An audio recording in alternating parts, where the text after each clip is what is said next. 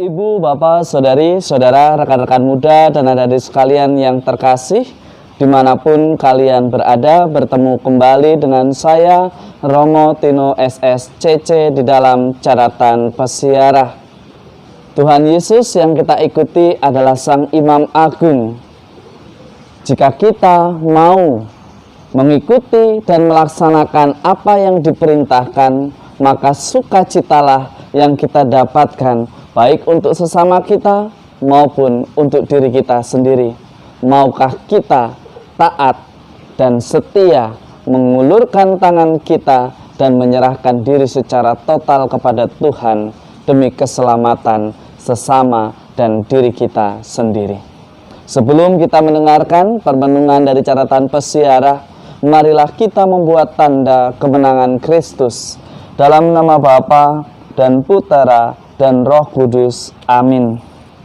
Allah Bapa Maha Penyayang, kami bersyukur kepadamu karena Engkau telah mengutus Yesus Kristus Putramu untuk datang ke dunia dan menyelamatkan kami. Tariklah kami agar semakin erat bersatu dengannya, sehingga kami pun mampu menjadi anak-anak terang yang pantas untuk mewartakan sukacita, tidak hanya di dalam perkataan, tetapi juga di dalam kehadiran dan perbuatan nyata kami. Demi Kristus pengantara kami. Amin. Ibu, Bapak, Saudari, Saudara, rekan-rekan muda, dan adik-adik sekalian yang terkasih dalam Yesus Kristus. Di dalam surat kepada orang Ibrani telah dinyatakan bahwa Yesus adalah Imam Agung. Sungguh Yesus telah ditetapkan sebagai imam menurut tata imamat Melkisedek, yang artinya menjadi imam bukan berdasarkan peraturan-peraturan yang dibuat oleh manusia, tetapi berdasarkan hidup yang tidak dapat binasa. Setelah kita menerima sakramen baptis, sebenarnya kita menerima yang namanya imamat umum.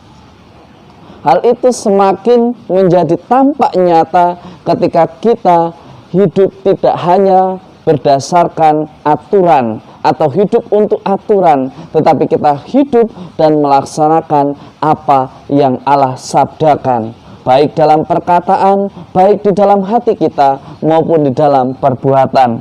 Itulah yang dikatakan di dalam surat kepada orang Ibrani. Maka jelas dikatakan Tuhan kita Yesus Kristus, Sang Guru kita, Dia adalah imam untuk selama-lamanya menurut imamat Melkisedek. Ini mau menegaskan bahwa Tuhan itu menghendaki dan memberkati siapa saja yang mau setia dan taat melaksanakan tugasnya. Melaksanakan pewartaan sukacita Injil bagaimana yang dikehendaki Tuhan, tidak hanya seperti istilah orang Jawa bilang, janganlah menjadi pribadi seperti gajah yang dibelangkoni. Iso khotbah ora iso ngelakoni. Bisa berbicara tetapi tidak bisa melaksanakannya di dalam hidup nyata kita. Jika kita mengaku diri sebagai murid Kristus, maka hendaknya kita berbicara tidak hanya sekedar mengkritisi atau mengevaluasi atau mencari kesalahan seseorang. Beranikah kita mengevaluasi tetapi memberikan solusi yang lebih baik daripada yang sudah ada atau daripada apa yang sudah dilaksanakan? Seringkali kita sebagai manusia lebih senang menunggu orang lain berbuat baik. Jika tidak sesuai dengan harapan kita, baru kita berlomba-lomba untuk menyalahkan dan mengkritik. Tetapi ketika itu ditawarkan, siapa yang bisa melakukan? Siapa yang bisa menyembuhkan? Siapa yang bisa berbuat baik pada hari Sabat? Pada hari di mana kita memuji Tuhan? Banyak orang terdiam. Tetapi ketika ada satu atau dua orang memulai perbuatan baik itu, kita seolah-olah menjadi orang yang paling depan, yang paling benar, yang berhak untuk menghakimi dan mengevaluasi.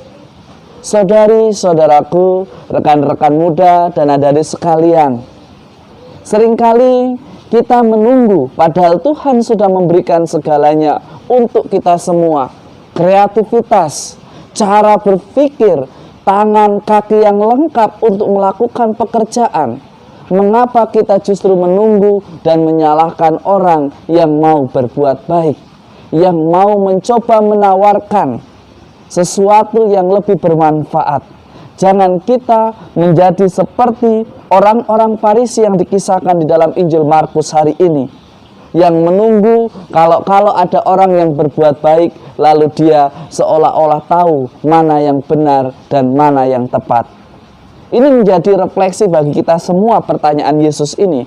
Tidak hanya untuk orang pada waktu yang ia hadapi, tetapi untuk kita semua. Manakah yang diperbolehkan pada hari kita memuji Tuhan?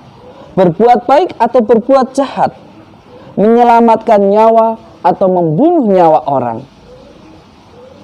Saudari-saudaraku yang terkasih, sebagai orang beriman, kita diminta tidak menjadi seorang seperti gajah yang dibelangkoni tadi. Bisa khotbah tetapi tidak bisa melaksanakan apa yang dikatakan. Bisa mengatakan, pandai membuat, merangkai kata, bahkan sebagai visi misi yang begitu indah, begitu enak untuk dibaca. Tetapi beranikah kita hadir untuk melaksanakan sebagaimana guru kita yang datang mengatakan, ulurkanlah maka tanganmu sembuh. Lebih baik mana? Berbuat baik atau berbuat jahat pada saat memuji Tuhan? Melayani dengan hati yang tanpa pamrih, atau kita melayani hanya sekedar untuk mendapatkan nama?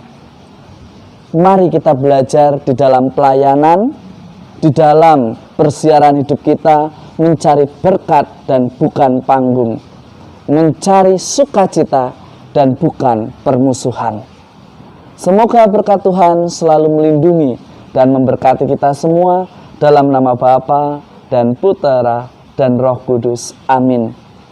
Saudari-saudara, rekan-rekan muda dan adik-adik sekalian yang terkasih, lebih baik kita berbuat baik, melakukan sesuatu yang baik.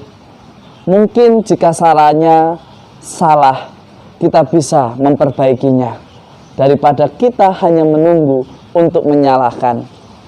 Belajarlah untuk berani kreatif. Belajarlah untuk berani berbuat sesuatu yang baik. Jangan takut melakukan kesalahan, karena kesalahan yang kita lakukan kita dapat perbaiki, asalkan kita mau untuk terus berbuat baik dan bukan justru diam di dalam kesalahan. Selamat beraktivitas. Tuhan memberkati kita semua. Amin.